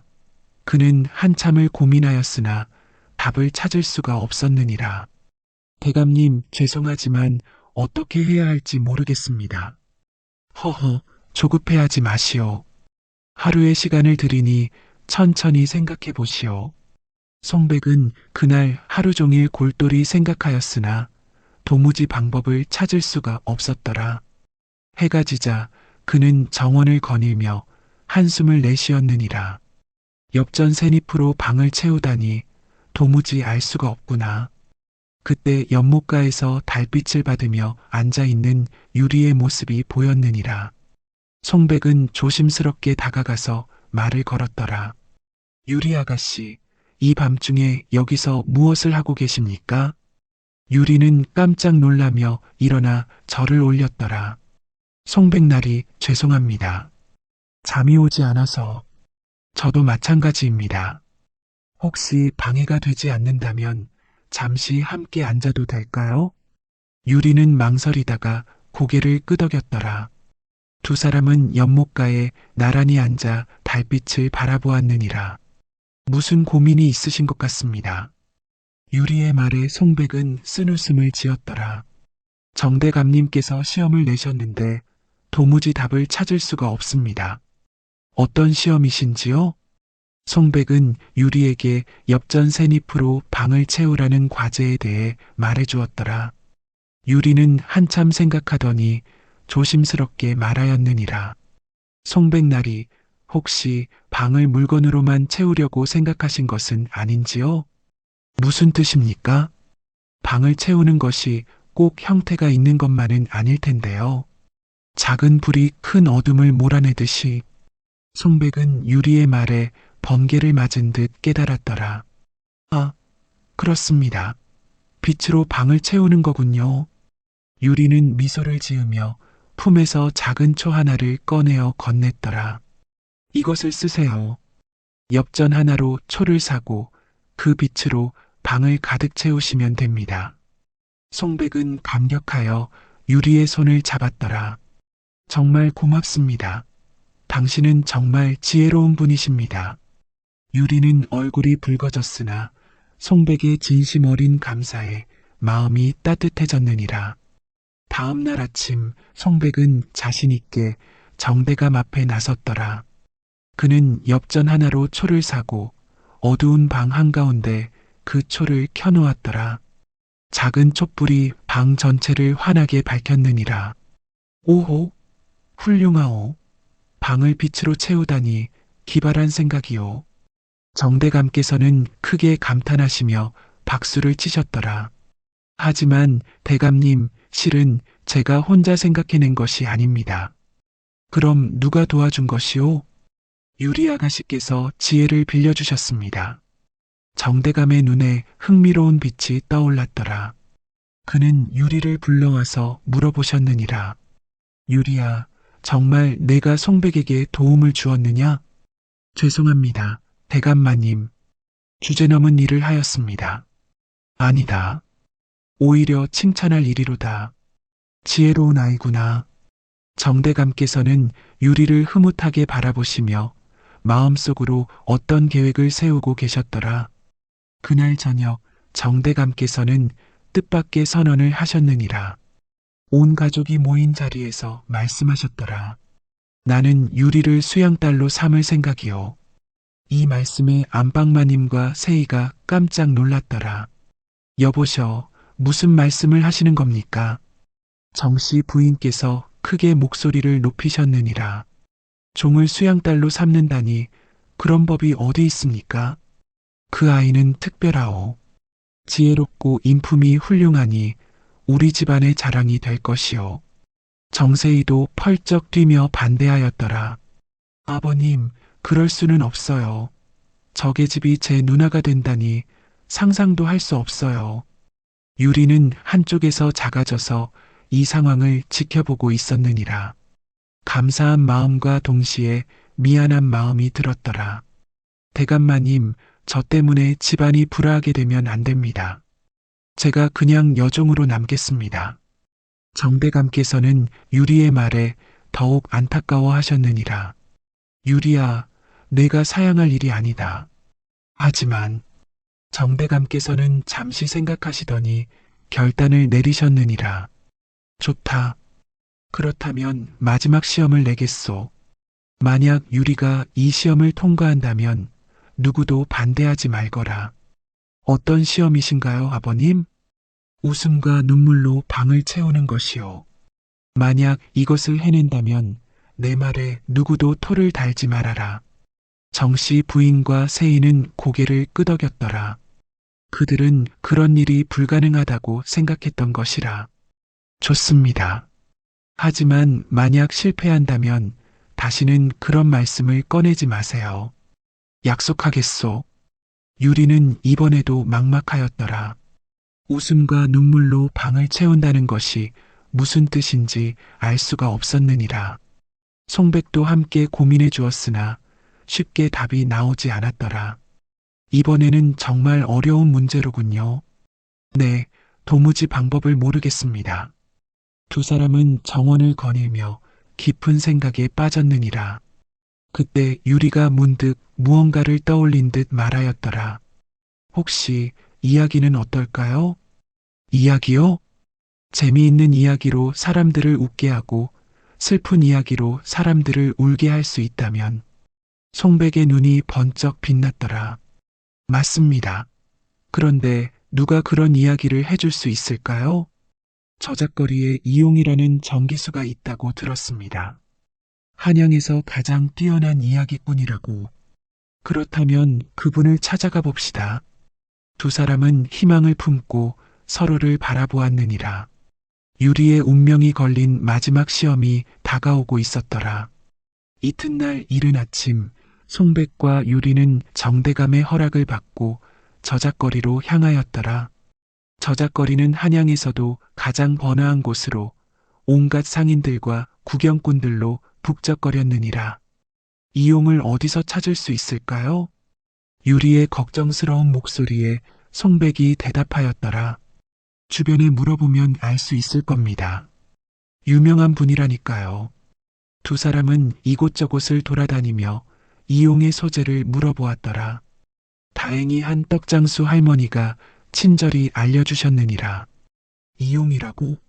그 양반이라면 저기 큰 느티나무 아래 계실 거야. 매일 그 자리에서 이야기를 들려주거든. 감사합니다, 할머님. 두 사람은 급히 느티나무 쪽으로 향하였더라. 과연 큰 느티나무 아래에는 사람들이 둘러앉아 있었고 그 가운데서 한 노인이 신나게 이야기를 하고 있었느니라. 그래서 그 바보 선비가 말했지. 나는 글은 못 읽어도 마음은 읽을 줄 안다. 하하.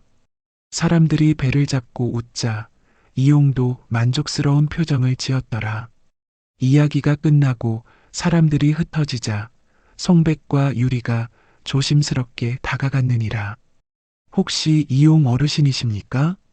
이용은 두 사람을 보더니 고개를 끄덕였더라. 그렇다만 젊은 선비와 아가씨가 이 늙은이를 찾아온 까닭이 무엇이냐? 송백은 정중히 절을 올리고 사정을 설명하였더라. 저희에게 간절한 부탁이 있어서 찾아왔습니다. 웃음과 눈물로 방을 채울 수 있는 이야기를 해주실 수 있으신지요? 이용은 수염을 쓰다듬으며 의미심장한 표정을 지었더라. 웃음과 눈물로 방을 채운다. 흥미로운 일이구나. 하지만 내가 왜 너희를 도와야 하지?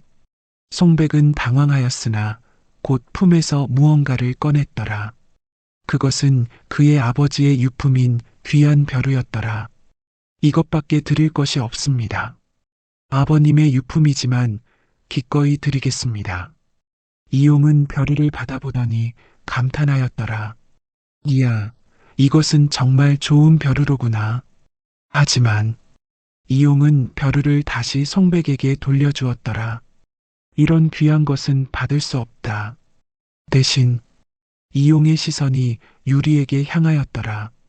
그 아가씨의 이야기가 듣고 싶구나. 어떤 운명을 가진 여인인지 궁금하다. 유리는 얼굴이 붉어지며 머뭇거렸더라.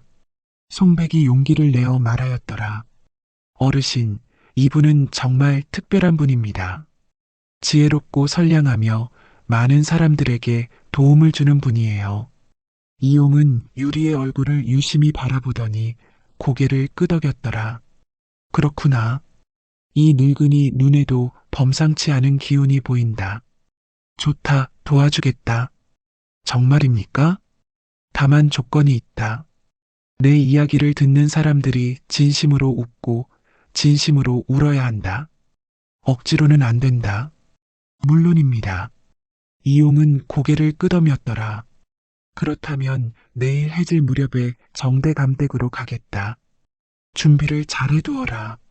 송백과 유리는 기뻐하며 인사를 드리고 집으로 돌아왔더라. 드디어 마지막 시험의 기회가 왔느니라. 다음 날 해질 무렵 정대감댁에는 온 가족이 모였더라. 정씨 부인과 세인은 반신반의하는 표정이었고 정대감께서는 흥미로운 듯 기대하고 계셨더라. 정말 그 정기수가 올까? 정세희가 의심스러운 목소리로 말하자 마침 대문간에서 종이 달려왔더라. 이용 어르신이 오셨습니다. 얼마 후 이용이 여유로운 모습으로 사랑채에 들어왔더라. 그는 정대감께 정중히 인사를 올렸느니라. 정대감님, 늙은 정기수가 인사드립니다. 어서 오십시오. 소문을 들으니 한양 최고의 이야기꾼이시라 하더군요. 과찬이십니다. 그럼 이제 시작해도 되겠습니까? 모든 사람들이 둘러앉자 이용이 목청을 가다듬고 첫 번째 이야기를 시작하였더라. 첫 번째 이야기는 시골뜨기 양반의 한양 구경이라는 이야기입니다. 이용의 목소리가 구성지게 울려 퍼졌더라. 옛날 어느 시골에 김양반이라는 분이 살고 있었는데 그분이 태어나서 처음으로 한양 구경을 하게 되었습니다. 그런데 이 양반 평생 시골에서만 살다가 한양에 오니 신기한 것투성이인 거예요. 길을 가다가 거울 장수를 만났는데 거울을 보고는 깜짝 놀라더라고요. 어머나, 이 속에 사람이 들어있네 하면서 거울 뒤를 살펴보는데 아무도 없는 거예요. 그래서 거울 장수에게 물어봤지요. 이 마법의 물건은 얼마요? 거울 장수가 한 냥입니다 하니까 김양반이 한 냥이면 싸네요. 이 사람을 집에 데려가서 우리 마누라와 친구 삼게 해야겠어요. 그래서 거울을 사서 집에 왔는데 마누라에게 보여주면서 당신 친구 데려왔소 하는 거예요. 마누라가 거울을 보고는 펄쩍 뛰면서 여보, 이게 무슨 젊은 계집애예요? 어디서 데려온 거예요? 하고 화를 내는 거예요. 김양반이 당황해서 아니요.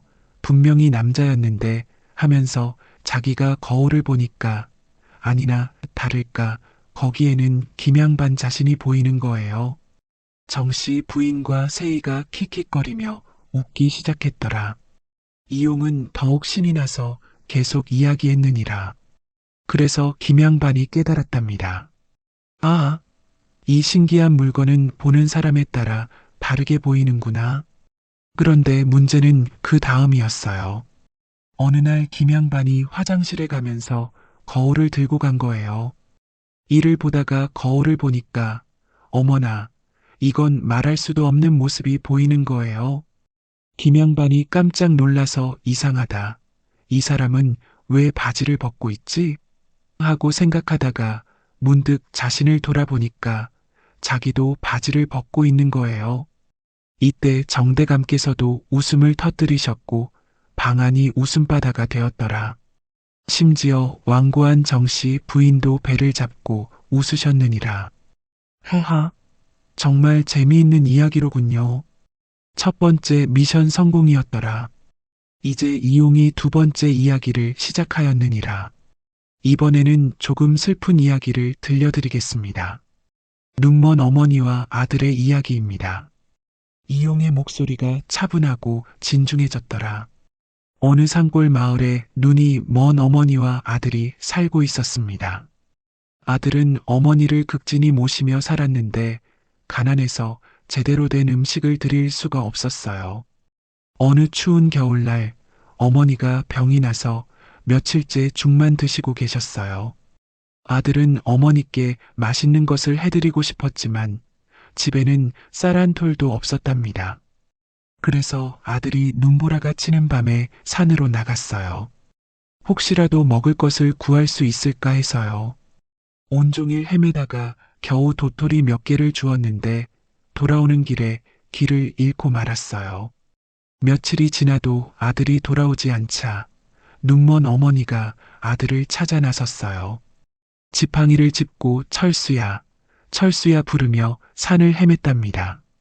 그런데 어머니가 절벽 근처에서 아들의 목소리를 들었어요. 어머니 하는 소리가 들려서 그쪽으로 가다가 그만 절벽에서 떨어지고 말았답니다.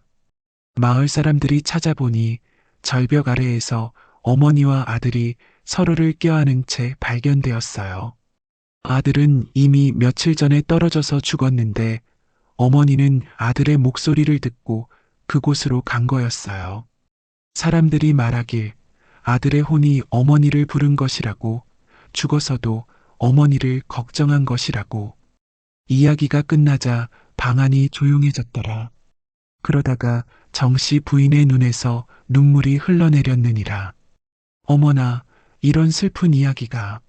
세이도 눈시울을 붉히며 눈물을 닦았더라. 심지어 정대감께서도 깊은 한숨을 내쉬시며 눈물을 글썽이셨느니라. 정말 가슴 아픈 이야기로군요. 방 안의 모든 사람들이 눈물을 흘렸더라. 두 번째 미션도 성공이었느니라. 이용의 이야기가 끝나고 방 안에는 깊은 여운이 흘렀더라. 정대감께서 천천히 일어나시며 말씀하셨느니라. 정말 훌륭한 이야기였습니다. 웃음과 눈물로 방을 가득 채웠군요. 정씨 부인과 세인은 할 말이 없었더라. 약속을 어길 수도 없었고 실제로 감동을 받았기 때문이었느니라. 정대감께서는 유리를 앞으로 불러내셨더라. 유리야, 이리 와라. 유리는 떨리는 마음으로 정대감 앞에 무릎을 꿇었더라. 정대감께서는 품에서 문서 하나를 꺼내셨느니라. 이것이 무엇인지 아느냐? 노비문서인 것 같습니다. 맞다. 너의 노비문서다.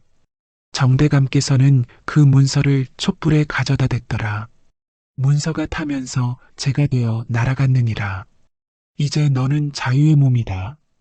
그리고 정대감께서는 다시 한 장의 문서를 꺼내셨느니라. 이것은 양녀 입정 문서다. 오늘부터 너는 정씨 가문의 수양딸 정유리가 되는 것이다. 유리는 믿을 수 없다는 표정으로 정대감을 바라보았더라. 대감마님, 정말입니까? 그렇다. 이제 너는 당당한 양반가의 규수다. 정씨 부인과 세인은 못마땅해 했지만 약속을 어길 수는 없었더라. 정대감께서는 이번에는 송백을 바라보셨느니라. 송백, 네, 대감님. 내가 그대에게 묻고 싶은 것이 있어. 정대감께서는 유리의 손을 잡아 송백 앞으로 이끄셨더라. 내 딸 유리를 아내로 삼을 생각이 있는가? 송백은 깜짝 놀라며 얼굴이 붉어졌더라.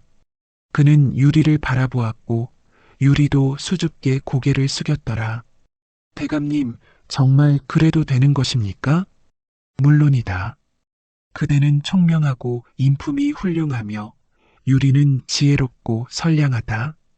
하늘이 맺어준 인연이 아닐까? 송백은 무릎을 꿇고 정중히 절을 올렸더라. 대감님의 은혜에 감사드립니다. 이송백, 남은 생을 바쳐 유리를 사랑하고 보호하겠습니다. 유리도 눈물을 글썽이며 고개를 끄덕였더라. 정말 꿈만 같습니다. 정대감께서는 흐뭇한 미소를 지으셨더라. 그렇다면 한 달 후에 혼례를 치르도록 하자. 정씨 부인이 한숨을 내쉬며 말씀하셨더라. 그렇게 하시려거든 제대로 된 혼례를 치러야겠어요. 정씨 가문의 체면에 관한 일이니까요. 세이도 마지못해 고개를 끄덕였더라. 알겠어요, 아버님. 이용은 이 모든 광경을 지켜보며 만족스러운 표정을 지었더라. 젊은이들아, 행복하게 살아라. 이런 아름다운 인연을 보게 되어 이 늙은이도 기쁘다. 그날 밤 유리는 자신의 방에서 눈물을 흘렸더라. 기쁨의 눈물이었느니라. 노관상의 예언이 현실이 되어가고 있었던 것이라. 한 달 후 정대감댁에서는 성대한 혼례식이 열렸더라. 한양의 수많은 귀인들이 축하하러 왔고 유리는 아름다운 혼례복을 입고 송백과 백년가약을 맺었느니라. 혼례식이 끝나고 유리는 연못가에서 혼자 달빛을 바라보고 있었더라. 그때 송백이 다가와서 나란히 앉았느니라. 무슨 생각을 하고 있나요? 예전에 어떤 관상가 분이 하신 말씀을 생각하고 있어요. 물길이 트이면 봉황이 온다고 하셨는데 그 말씀이 이루어진 것 같네요. 유리는 송백의 손을 잡으며 미소를 지었더라. 당신이 제 봉황인가 봐요. 두 사람은 서로를 바라보며 행복한 미소를 지었느니라. 그로부터 몇 년이 흘렀느니라. 송백은 임금님의 총애를 받아 벼슬길에서 승승장구하였고 마침내 영의정의 자리에 올랐더라. 유리는 조선 여인으로서는 최고의 지위인 정경 부인이 되었느니라. 정유리는 높은 지위에 오른 후에도 초심을 잃지 않았느니라. 가난한 백성들을 돌보고 어려운 이들을 도우며 지혜로운 조언으로 많은 사람들에게 희망을 주었더라. 어느 날 유리는 시장에서 한 노파를 만났는데 바로 예전에 길에서 넘어져 있던 그 노파였더라. 어머님 기억하세요? 예전에 길에서 도와드렸던. 노파는 유리를 알아보고 깜짝 놀랐더라. 어머나, 그때 그 아가씨가 이렇게 훌륭하게 되셨구나. 어머님 덕분입니다. 그때 어머님을 도와드리지 않았다면 관상가를 만날 수도 없었을 테니까요. 노파는 눈물을 글썽이며 말하였더라. 착한 일을 하면 복이 온다더니 정말 그런가 보구나. 유리는 노파에게 정성껏 음식을 대접하고 따뜻한 옷을 마련해 드렸더라. 그리고 마음속으로 생각하였느니라. 정말 모든 것이 하늘의 뜻이었구나. 작은 선행에서 시작된 인연이 이토록 큰 복으로 돌아오다니. 그날 밤 유리는 남편 송백과 함께 연못가에 앉아 달빛을 바라보았더라. 여보, 우리 참 행복하죠? 그렇소. 당신을 만난 것이 제 인생 최고의 복이요. 저도 그래요. 비록 여종으로 태어났지만 결국 가장 소중한 사람을 만나게 되었으니까요. 두 사람은 서로의 손을 꼭 잡고 미래를 약속하였더라. 그들에게는 아름다운 자녀들이 태어났고 정씨 가문은 대대로 번영하였느니라. 훗날 사람들은 이 이야기를 들으며 말하였더라. 진정한 인품과 지혜가 있으면 신분의 벽도 넘을 수 있구나. 선한 마음으로 남을 도우면 반드시 복이 돌아오는구나. 그리고 연못가에서 물길을 터준 여종 유리의 이야기는 오랜 세월이 흘러도 사람들의 입에서 입으로 전해져 희망을 잃지 않는 모든 이들에게 용기와 감동을 주었다고 하느니라. 이것이 바로 연못가에서 물길을 터준 여종, 재상의 반려가 되다는 이야기의 전말이니 진흙 속에 묻힌 진주도 때가 되면 빛을 발한다는 교훈을 담고 있느니라. 진정한 가치는 태생이 아니라 인품에서 나오며 선한 마음과 지혜로운 행동은 결국 하늘의 복을 부른다는 것이 이 야담이 주는 깊은 의미였더라.